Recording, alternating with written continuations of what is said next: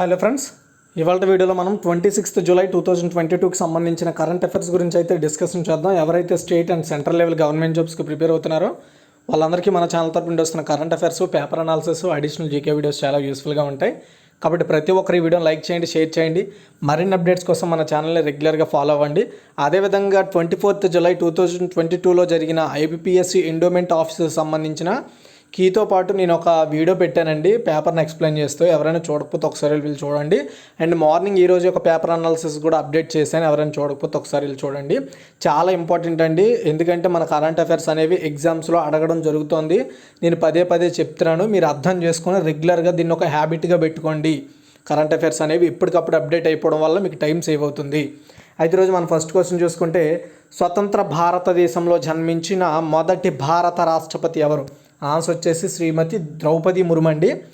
So ఇప్పటివరకు ద్రౌపది ముర్ము గురించి చాలా మనం విన్నాము. అవి ఆల్రెడీ నేను నిన్న కరెంట్ అఫైర్స్లో ఒక అప్డేట్ ఇచ్చాను. ఈరోజు ఒక అప్డేట్ వచ్చింది.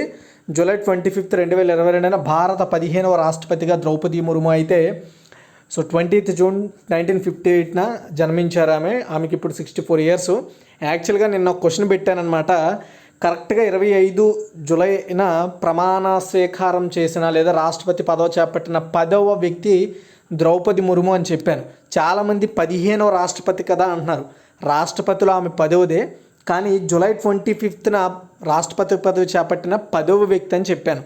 అది చాలామందికి అర్థం కాక కామెంట్ సెక్షన్లో ఇంకా రకరకాల కామెంట్లు చేశారు. కొంతమంది దానికి రైట్ ఆన్సర్గా వాళ్ళకి రిప్లైలు ఇచ్చారు. చాలా హ్యాపీ నేను, అది గుర్తుపెట్టుకోండి.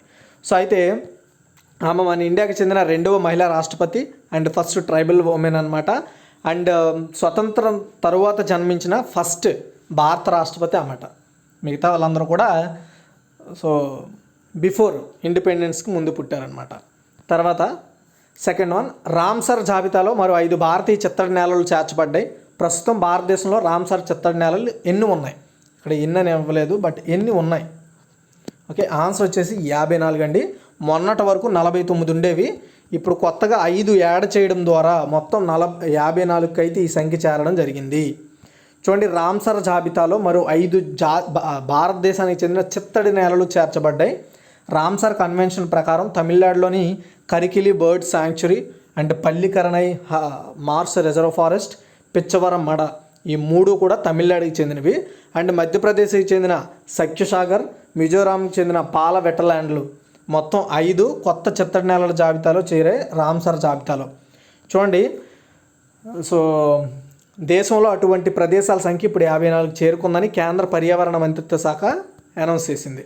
రామ్సర్ కన్వెన్షన్ చిత్తడి నేలల పరిరక్షణ మరియు ఉపయోగం కోసం, వాటి యొక్క ఉపయోగాల కోసం అంతర్జాతీయ ఒప్పందం అనేది ఫిబ్రవరి 2, 1971న జరిగిన ఒప్పందం కారణంగా వీటిని ఎప్పటికప్పుడు జాబితా చేస్తున్నారండి. అండ్ కాస్పియన్ సముద్రంలోని ఇరాన్ నగరమైన రామ్సర్ పేరు మీద ఈ జాబితాను తీసుకొస్తున్నారు. చిత్తడి నేలలు పదునుగా ఉండే చిత్తడి నేలలు అనమాట. అక్కడ ఎక్కువగా బర్డ్స్, పక్షులు ఎక్కువగా, లేదంటే నీటికి సంబంధించిన జంతువులు ఎక్కువగా నివసిస్తూ ఉంటాయి. చిత్తడిగా ఉంటుంది ఎప్పటికప్పుడు. ఓకేనా, అంటే ఎండిపోకుండా అలాంటి నేలలు అనమాట. ఇప్పుడు ఒక 5 యాడ్ అయ్యే కొత్తగా, గుర్తుపెట్టుకోండి. వాటిని రామ్సర్ లిస్ట్ అంటారు, రామ్సర్ జాబితా అంటారు. ఇలా ప్రపంచవ్యాప్తంగా, ఓన్లీ మన ఇండియాలోనే కాదు, ప్రపంచవ్యాప్తంగా ఇలాంటి నేలలన్నింటినీ కూడా ఎప్పటికప్పుడు ఐడెంటిఫై చేసి వాటిని సో రామ్సర్ జాబితాలో చేరుస్తారు. అలా చేరడం వల్ల వాటికి అడిషనల్గా ఫండ్ రైజింగ్ కానీ, లేదంటే అడిషనల్ సెక్యూరిటీ కానీ, అడిషనల్గా వాటి మీద ఎప్పటికప్పుడు పరిరక్షణ ఉండడం జరుగుతుందన్నమాట. ఓకే, అండ్ ఫిబ్రవరి 1, 1982 భారతదేశంలో రామ్సర్ కన్వెన్షన్ అమల్లోకి వచ్చింది. మన ఇండియాలో అప్పటి నుండి అమలు చేశారనమాట. భారతదేశంలో ఇప్పుడు 54 ప్రదేశాలు అంతర్జాతీయ ప్రాముఖ్యత కలిగిన వెట్లాండ్స్, వాటిని రామ్సర్ సైట్లు అంటారనమాట, ఇందులో గుర్తించబడ్డాయి. ఇది దక్షిణాసియాలోనే అత్యధికం, అంటే మన దక్షిణాసియా ప్రాంతంలోనే ఎక్కువగా చిత్తడి నేలల్లో జాబితా చేయబడింది మన దేశంలోనే అట. తర్వాత థర్డ్ వన్, ఏ రాష్ట్ర అడ్వకేట్ జనరల్ పదవికి డాక్టర్ అన్మోల్ రతన్ సిద్ధు రాజీనామా చేశారు? చాలా ఇంపార్టెంట్ అండి ఇది. ఆన్సర్ వచ్చేసి పంజాబ్. సీనియర్ న్యాయవాది doctor Anmol Ratan Sidhu Punjab advocate general పదవికి వ్యక్తిగత కారణాలుగా ఆయన తన పదవికి రాజీనామా చేశారు. పంజాబ్లో జరిగిన అసెంబ్లీ ఎన్నికల్లో ఆమ్ ఆద్మీ పార్టీ విజయం సాధించడంతో పంజాబ్ మరియు హర్యానా హైకోర్టు బార్ అసోసియేషన్కి 8 సార్లు ప్రెసిడెంట్గా ఉన్న సిద్ధు ఈ ఏడాది మార్చిలో ఆ పదవికి నియమితులయ్యారనమాట. అండ్ అడ్వకేట్ జనరల్గా పంజాబ్ స్టేట్కి ఇంతకుముందు ఆ పదవిలో దీపేందర్ సింగ్ పట్వాలియా ఉండేవారు అనమాట. ఓకే, అయితే ఈ అడ్వకేట్ జనరల్ పదవి అనేది స్టేట్ గవర్నమెంట్ నుండి రిప్రజెంటేటివ్ అనమాట. అడ్వకేట్ అంటే ప్రభుత్వం నుండి న్యాయవాది అని చెప్పొచ్చు. ఓకే, తర్వాత చాలా పెద్ద పదవి అది స్టేట్లో. తర్వాత ఆయుర్వేదం ద్వారా హెల్త్ కేర్ గురించి అవగాహన కల్పించడం కోసం బాలరక్ష మొబైల్ యాప్ను ఎవరు ప్రారంభించారు? ఆన్సర్ వచ్చేసి శ్రీ సర్బానంద్ సోనోవాల్ అండి. ఆల్ ఇండియా ఇన్స్టిట్యూట్ ఆఫ్ ఆయుర్వేదలోని పిల్లల కోసం టీకా కేంద్రాన్ని ప్రారంభిస్తూ దాంతోపాటు పీడియాట్రిక్ అనేది పిల్లలకు సంబంధించిన అధ్యయనం అనమాట, లేదా పిల్లలకు సంబంధించిన డాక్టర్లు పనిచేసే ఒక పర్టికులర్ శాస్త్రం అని చెప్పాలి. ఈ పీడియాట్రిక్ ప్రివెంటివ్ హెల్త్ కేర్ గురించి అంటే చిన్నపిల్లలకి సంబంధించిన వాళ్ళ హెల్త్ గురించి అవగాహన పెంచడం కోసం బాలరక్ష మొబైల్ యాప్ను కేంద్ర ఆయుష్ మంత్రి సర్బానంద్ సోనోవాల్ గారు ఇంట్రడ్యూస్ చేశారు. ఈ యాప్ పిల్లల కోసం ఆరోగ్యం, వాళ్ళ రోగనిరోధక శక్తిపై ఎప్పటికప్పుడు అవగాహన కల్పించడానికి కావచ్చు పనిచేస్తూ ఉంటుంది అనమాట. అండ్ ఎప్పటికప్పుడు పేరెంట్స్ నుండి వాళ్ళకి సలహాలు సూచనలు తీసుకొని వాళ్ళ హెల్త్ ఇష్యూస్ గురించి వాళ్ళ జాగ్రత్తల గురించి ఎప్పటికప్పుడు ఆ యాప్ అలర్ట్ చేస్తూ ఉంటుంది పేరెంట్స్ కూడా. అండ్ ఆయుష్ మంత్రిత్వ శాఖ ఆధ్వర్యంలోని స్వయం ప్రతిపత్తి సంస్థ అండి all India institute of Ayurveda అనేది. ఆయుర్వేదం యొక్క సాంప్రదాయ జ్ఞానం, ఆధునిక సాధనాలు, సాంకేతిక మధ్య సమన్వయాన్ని తీసుకురావాలనే లక్ష్యంతో ఈ సంస్థను అయితే ఏర్పాటు చేశారు. తర్వాత 5th one, centre for digital government. గుర్తుపెట్టుకోండి, సెంటర్ ఫర్ డిజిటల్ గవర్నమెంట్ ఏర్పాటు చేయడానికి ఎలక్ట్రానిక్స్ మరియు ఇన్ఫర్మేషన్ టెక్నాలజీ మంత్రిత్వ శాఖతో ఏ సంస్థ భాగస్వామ్యం కుదుర్చుకుందంటే సాప్ ల్యాబ్స్ ఇండియా అండి. చూడండి, మన ఇండియాలో డిజిటల్ గవర్నమెంట్ సామర్థ్యాలను మెరుగుపరచడానికి సాప్ labs India national e governance division, దీన్ని ఎన్ఈజిడి అంటారు. ఇది భారత ప్రభుత్వ ఎలక్ట్రానిక్స్ అండ్ ఇన్ఫర్మేషన్ టెక్నాలజీ మంత్రిత్వ శాఖ కింద పనిచేస్తుంది అనమాట. ఈ ఎన్ఈజిడి దీంతో ఒప్పందం కుదుర్చుకుంది. సాప్ ల్యాబ్స్ ఇండియా భారతదేశంలో బెంగళూరులోని ఎస్సిడిజి నాలెడ్జ్ సెంటర్ని ఏర్పాటు చేయడానికి, ఎస్సిడిజి అంటే ఏంటండి, సెంటర్ ఫర్ డిజిటల్ గవర్నమెంట్ అనమాట. ఆ యొక్క సెంటర్ని ఏర్పాటు చేయడానికి భారత ప్రభుత్వ electronics and information technology and SAP labs India కలిసి పనిచేస్తాయి అనమాట. అయితే ఈ కేంద్ర మరియు రాష్ట్ర స్థాయిలో మంత్రిత్వ శాఖలు అండ్ శాఖలు చేపట్టే డిజిటల్ ఇండియా యొక్క ప్రాజెక్టులు, కార్యక్రమాల నిర్వహణ, కార్యక్రమాలకు సంబంధించిన అమలుపై ఎప్పటికప్పుడు ఈ centre for digital government centre అనేది ఫోకస్ పెడుతుంది అనమాట. సెంటర్ ఫర్ డిజిటల్ గవర్నమెంట్ అనేది ఫోకస్ పెడుతుంది వాటి మీద. ఓకే, తర్వాత 6th వన్, ఏ దేశ అంతరిక్ష సంస్థ రోస్కోస్మోస్ 2024 తర్వాత అంతర్జాతీయ అంతరిక్ష కేంద్రం నుండి వైదొలుగుతుంది? ఇది రష్యాకి చెందిన అంతరిక్ష పరిశోధన సంస్థ అండి. మన దేశానికి ఇస్రో ఎలాగో అండ్ నాసా ఏ విధంగా ఉందో అమెరికాకి, అదేవిధంగా రష్యాకి కూడా అంతరిక్ష సంస్థ ఉంది, అదే రోస్కోస్మోస్. ఇది 2024 తర్వాత అంతర్జాతీయ అంతరిక్ష కేంద్రం నుండి వైదొలగబోతున్నట్లుగా దాని సొంత కక్ష అంటే దాని రీసెంట్గా చీఫ్గా అపాయింట్ అయిన ఈ రోస్కోస్మాస్కి చీఫ్గా అపాయింట్ అయిన యూరీ బోరిసో ఈ విషయాన్ని అనౌన్స్ చేశారనమాట. ఉక్రెయిన్ సంఘర్షణ కారణంగా పెరుగుతున్న ఉద్రిక్త నేపథ్యంలో ఈ నిర్ణయం తీసుకున్నారు. అంటే మనందరికీ తెలుసు రష్యా మీద చాలామంది యాంటీ అవ్వడంతో ఈ నిర్ణయం తీసుకున్నారనమాట. వాళ్ళు సొంతగా చైనాలాగా కొత్త స్పేస్ స్టేషన్ని ఫ్యూచర్లో ఏర్పాటు చేసుకునే అవకాశం ఉంది. కాబట్టి అంతర్జాతీయ అంతరిక్ష కేంద్రం నుండి వైదొలుగుతున్నారు. ఇంకెకపై వాళ్ళు చేసే పరిశోధనలు కానీ, వాళ్ళు పంపించే రాకెట్లు కానీ, వాళ్ళ ఇన్ఫర్మేషన్ కూడా ఏది కూడా ఇకపై అంతర్జాతీయ అంతరిక్షంతో వాళ్ళు కలిసి పని చేయలేరు ఇకపై. ఓకేనా, వాళ్ళు సపరేట్గా ఒక స్పేస్ స్టేషన్ ఏర్పాటు చేసుకొని పనిచేయాల్సి ఉంటుంది చైనాలాగా. ఓకేనా, తర్వాత 7th వన్, ఏ రాష్ట్రానికి చెందిన లేదా ఏ రాష్ట్ర ₹1 వైద్యుడిగా ప్రసిద్ధి చెందిన సుశోభన్ బంద్యోపాధ్యాయ కన్నుమూశారండి? చాలా ఇంపార్టెంట్ క్వశ్చన్. ఎందుకు ఇంపార్టెంటో చెప్తాను మీకు. ఆన్సర్ వచ్చేసి పశ్చిమ బెంగాల్ అండి.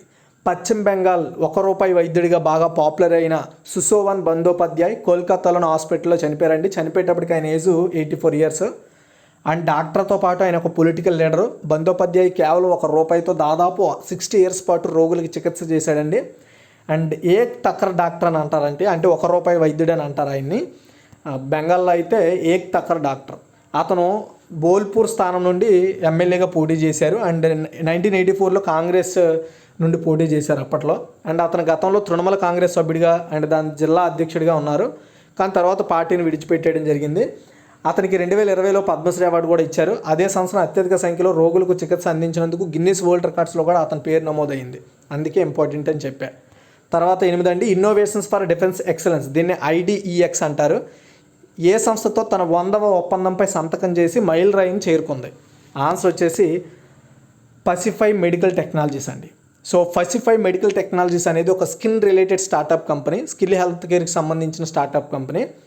అయితే రక్షణ మంత్రిత్వ శాఖ డిపార్ట్మెంట్ ఆఫ్ డిఫెన్స్ ప్రొడక్షన్ యొక్క ఫ్లాగ్షిప్ చొరవైన ఐడిఎక్స్ అంటే ఇన్నోవేషన్ ఫర్ డిఫెన్స్ ఎక్సలెన్స్, ఈ చొరవలో భాగంగా తన 100వ ఒప్పందంపై పసిఫై మెడికల్ టెక్నాలజీస్ అనే స్టార్టప్ సంస్థతో సంతకం చేసి మైల్ స్టోన్ చేరుకుంది. 100వ సెంచరీ చేసిందనమాట. ఇప్పటివరకు 100 కంపెనీలతో ఒప్పందాలు జరిగాయి ఈ చొరవ కింద.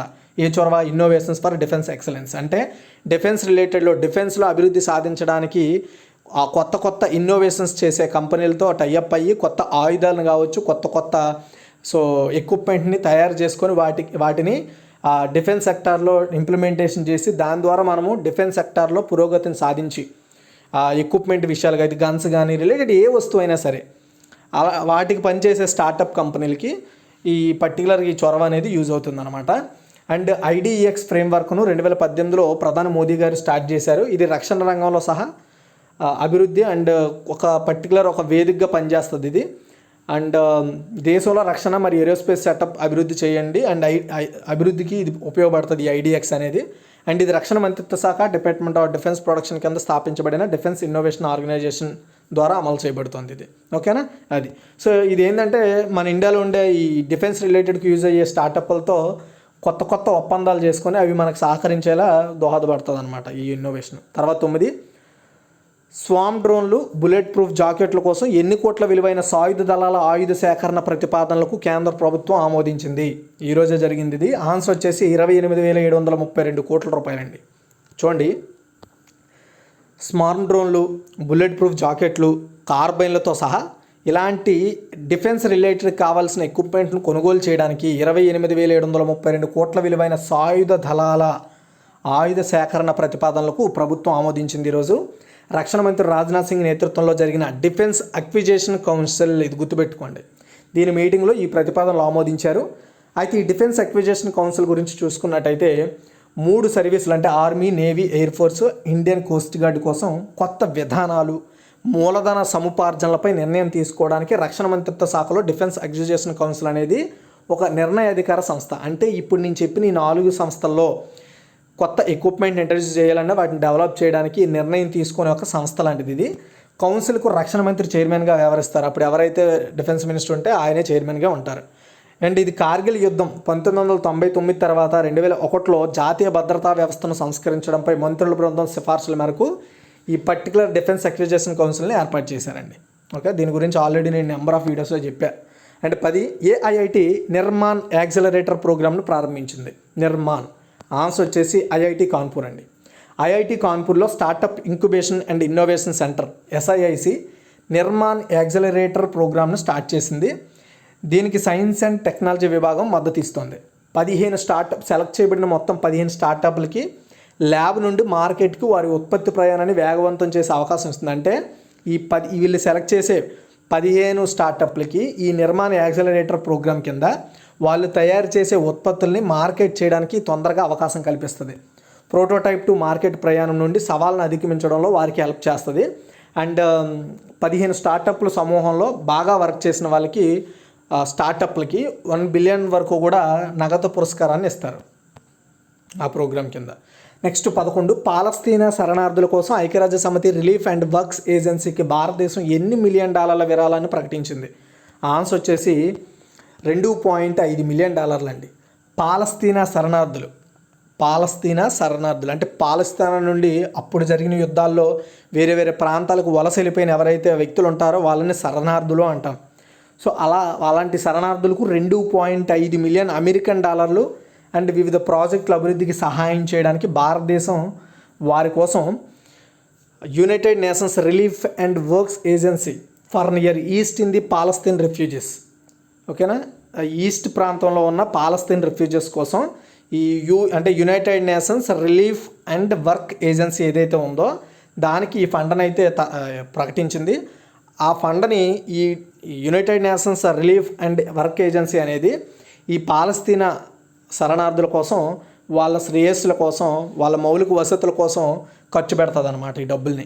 ఓకేనా, సో వాళ్ళు ఏంటంటే చాలా ప్రాంతాల్లో ఇల్లులు లేక, కనీస అవసరాలు లేక, ఏం ఉద్యోగాలు లేక శరణార్థులుగా మిగిలిపోతున్నారనమాట. ఈ దిక్కు దిమానం ఏదో అంటారు కదా, అలా ఏమీ లేకుండా సో ఒక దారుణమైన సిచ్యువేషన్లో ఉన్నారు. వాళ్ళు ఆదుకోవడానికి ఈ ఫండ్ అనేది మన ఇండియా అయితే ప్రొవైడ్ చేస్తుందన్నమాట. అండ్ భారత విదేశాంగ మంత్రిత్వ శాఖలోని పశ్చిమాసియా మరియు ఉత్తర ఆఫ్రికా విభాగంకి పనిచేస్తున్న డైరెక్టర్ సునీల్ కుమార్ ఈ సహకారాన్ని సో యుఎన్ఆర్డబ్ల్యూఏకి అందించారు. భారతదేశం యుఎన్ఆర్డబ్ల్యూఏకి అంకితమైన ఒక దాతగా పనిచేస్తుంది. 2018 నుండి కూడా మనము అలా డబ్బులు వాళ్ళకంటే ఆర్థిక సహాయం అందిస్తూనే ఉన్నాము. అండ్ 1949లో మానవతా ఏజెన్సీగా స్థాపించబడిన యుఎన్ఆర్డబ్ల్యూఏ ఎవరైతే డబ్బులు దానం చేస్తారో వాళ్ళందరికీ కూడా ఇలా ఈ రిఫ్యూజీస్ ఇలాంటి వాళ్ళకి వచ్చేసి డబ్బులు వాళ్ళకి ఆర్థికంగా, మౌలికంగా, ఆరోగ్యపరంగా సహాయం చేస్తుంది ప్రపంచ దేశాల నుండి విరాళం తీసుకొని. ఓకే, తర్వాత 12 కింద అథ్లెట్లలో ఎవరు గాయం కారణంగా కామన్వెల్త్ గేమ్స్ 2022 నుండి వైదొలిగారు. చాలా ఇంపార్టెంట్ ఆన్సర్ వచ్చేసి నీరజ్ చోప్రా అండి. చూడండి, ఒరేగాన్లో జరిగిన ప్రపంచ అథ్లెటిక్స్ ఛాంపియన్షిప్ ఫైనల్లో గాయం కారణంగా ఒలింపిక్ బంగారు పథక విజేత and star Indian javelin thrower Neeraj Chopra గాయం కారణంగా కామన్వెల్త్ గేమ్స్ 2022 నుండి వైదొలిగాడు. ఇంకా అందులో ఆడడం మనోడు. జావెలిన్ త్రోలో భారత పథకాల అవకాశాలను ఈ వార్త పెద్ద దెబ్బ అని చెప్పాలి. అంటే మనం ఎక్కువ పథకాలు సంపాదించాలనుకున్నాం కానీ మనోడు పాపం చెప్పలేము, ఈ స్పోర్ట్స్ రంగంలో ఎప్పుడు ఎలా ఉంటుందో చెప్పలేం కదా. మొత్తానికి అతనికి ఏదో చిన్న ఇంజూరీ అయ్యింది, దానివల్ల ఆయన తప్పుకుంటున్నట్లుగా అనౌన్స్ చేశారు. ఇటీవల ప్రపంచ అథ్లెటిక్ ఛాంపియన్షిప్లో భారత్కు తొలిసారి రజత పథకం, ఫస్ట్ టైం రజతాన్ని గెలుచుకున్నారు, అది గుర్తుపెట్టుకోండి. తర్వాత బర్మింగ్హామ్ 2022 కామన్వెల్త్ గేమ్స్లో భారతీయ బృందాలను ఉత్సాహపరిచేందుకు స్పోర్ట్స్ అథారిటీ ఆఫ్ ఇండియా ప్రారంభించిన ప్రచారం పేరేమిటి? ఆన్సర్ వచ్చేసి create for India. So sports authority of India team ఇండియాను ఉత్సాహపరిచేందుకు అంటే ఈ కామన్వెల్త్ గేమ్స్లో బర్మింగ్హామ్లో జరగబోయే 2022 కామన్వెల్త్ గేమ్స్లో మన భారతీయ బృందం ఏదైతే వెళ్తుందో వాళ్ళని అక్కడ ఉత్సాహపరిచేందుకు ఈ స్పోర్ట్స్ అథారిటీ ఆఫ్ ఇండియా అనేది క్రియేట్ ఫర్ ఇండియా అనే ఒక ప్రచారాన్ని స్టార్ట్ చేసింది. జూలై 28, 2022 నుండి ఆగస్టు 8, 2022 వరకు జరగనున్న ఈ స్పోర్ట్స్ ఈవెంట్లో 16 విభాగాల్లో 215 మంది సభ్యులతో మనం ఇండియా సంబంధించిన అథ్లెట్ టీం అయితే పాల్గొంటుంది. స్పోర్ట్స్ అథారిటీ ఆఫ్ ఇండియా అనేది భారతదేశంలో క్రీడల అభివృద్ధి కోసం భారత ప్రభుత్వం యొక్క యువజన వ్యవహారాల మరియు క్రీడల మంత్రిత్వ శాఖ ద్వారా 1982లో స్థాపించబడిన భారతదేశ అత్యున్నత జాతీయ క్రీడా సంస్థ. తర్వాత 14 కార్గిల్ విజయ్ దివాస్ ఎప్పుడు జరుపుకుంటారంటే జూలై 26 అండి. కార్గిల్ యుద్ధంలో పాకిస్తాన్పై భారత్ సాధించిన విజయానికి గుర్తుగా ప్రతి సంవత్సరం జూలై 26న కార్గిల్ విజయ్ దివాస్ని సెలబ్రేట్ చేస్తారు. 1999లో లడఖ్లో ఉత్తర కార్గిల్ జిల్లా పర్వత శిఖరాలపై పాకిస్తానీ బలగాలను తమ ఆక్రమిత స్థానాల నుండి తరిమి కొట్టడంలో మనం చేసిన కీలక పాత్ర, యుద్ధవీరుల్ని గౌరవించుకోవడానికి, అప్పుడు మరణించిన యుద్ధవీరులను గౌరవించుకోవడానికి ఈ డేని సెలబ్రేట్ చేస్తాం. దీనికి ఇంకొంచెం ఇంపార్టెంట్గా నేను ఆల్రెడీ మార్నింగ్ పేపర్ అనాలిసిస్లో చెప్పాను, అది ఒకసారి చూస్తే మీకు క్లియర్ అవుతుంది అనమాట. ఓకేనా, ఇదిగా ఓవరాల్గా ఈరోజు యొక్క కరెంట్ అఫైర్స్. మనం ఒక్కసారి క్విక్ రివ్యూ చూద్దాం. స్వతంత్ర భారతదేశంలో జన్మించిన మొదటి భారత రాష్ట్రపతి ఎవరంటే శ్రీమతి ద్రౌపది ముర్ము. రామ్సర్ జాబితాలో మరో 5 భారతీయ చిత్తడినేలలు చేర్చబడ్డాయి. ప్రస్తుతం భారతదేశంలో రామ్సర్ చిత్తడినేలలు ఎన్ని ఉన్నాయంటే 54 అండి, ఇప్పుడుతో యాడ్ అయిన తర్వాత. ఏ రాష్ట్ర అడ్వకేట్ జనరల్ పదవికి డాక్టర్ అన్మోల్ రతన్ సిద్ధు రాజీనామా చేశారు అంటే పంజాబ్. అండ్ ఆయుర్వేదం ద్వారా హెల్త్ కేర్ గురించి అవగాహన కల్పించడం కోసం బాలరక్షక మొబైల్ యాప్ని ఎవరు స్టార్ట్ చేశారంటే ఆన్సర్ వచ్చేసి Shri Sarbananda Sonowal. Centre for digital government ఏర్పాటు చేయడానికి ఎలక్ట్రానిక్స్ మరియు ఇన్ఫర్మేషన్ టెక్నాలజీ మంత్రిత్వ శాఖతో ఏ సంస్థ ఒప్పందం కుదుర్చుకుందంటే సాబ్ ల్యాబ్స్ ఇండియా. తర్వాత క్వశ్చన్ చూసుకున్నట్టయితే సో ఏ దేశ అంతరిక్ష సంస్థ రోస్కోస్మోస్ 2024 తర్వాత అంతర్జాతీయ అంతరిక్ష కేంద్రం నుండి వైదొలుగుతుంది అంటే రష్యా అండి. తర్వాత ఏ రాష్ట్ర ₹1 వైద్యుడిగా ప్రసిద్ధి చెందిన సుశోవన్ బందోపాధ్యాయ కన్నుమూశారంటే పశ్చిమ బెంగాల్. తర్వాత క్వశ్చన్ వచ్చేసి innovations for defence excellence IDX ఏ సంస్థతో తన 100వ ఒప్పందంపై సంతకం చేసి మైలురాయిని చేరుకుంది అంటే పసిఫై మెడికల్ టెక్నాలజీస్ అండి. అండ్ స్వామ్ డ్రోన్లు, మొబైల్ బుల్లెట్ ప్రూఫ్ జాకెట్లు కోసం ఎన్ని కోట్ల విలువైన సాయుధ దళాల ఆయుధ సేకరణ ప్రతిపాదనలకు కేంద్ర ప్రభుత్వం ఆమోదించిందంటే 28,732 కోట్ల రూపాయలు అనమాట. తర్వాత క్వశ్చన్ చూసుకుంటే ఏ IIT నిర్మాణ యాక్సిలరేటర్ ప్రోగ్రామ్ స్టార్ట్ చేసిందంటే IIT కాన్పూర్ అండి. అండ్ పాలస్తీనా శరణార్థుల కోసం ఐక్యరాజ్య సమితి రిలీఫ్ అండ్ వర్క్స్ ఏజెన్సీకి భారతదేశం ఎన్ని బిలియన్ డాలర్ల విరాళాన్ని ప్రకటించింది? సో దీన్నే మనము UNRWA అంటాం, అంటే United nations relief and work agency అనమాట దాని ఫుల్ నేము. తర్వాత కింద అథ్లెట్లలో ఎవరు గాయం కారణంగా కామన్వెల్త్ గేమ్స్ 2022 నుండి వైదొలిగారు అంటే నీరజ్ చోప్రా. తర్వాత క్వశ్చన్ చూసుకున్నట్టయితే బర్మింగ్హామ్ 2022 కామన్వెల్త్ గేమ్స్లో భారతీయ బృందాలను ఉత్సాహపరిచేందుకు స్పోర్ట్స్ అథారిటీ ఆఫ్ ఇండియా ప్రారంభించిన ప్రచారం పేరేమిటి అంటే create for India. Kargil Vijay Diwas ఎప్పుడు జరుపుకుంటారంటే జూలై 26 అండి. Thanks for watching. ఈ వీడియో షేర్ చేయండి, లైక్ చేయండి. మరిన్ని అప్డేట్స్ కోసం మన ఛానల్ని రెగ్యులర్గా ఫాలో అవుతుండడం వల్ల మీరు ఇంకా చాలా అప్డేట్స్ని పొందగలుగుతారు.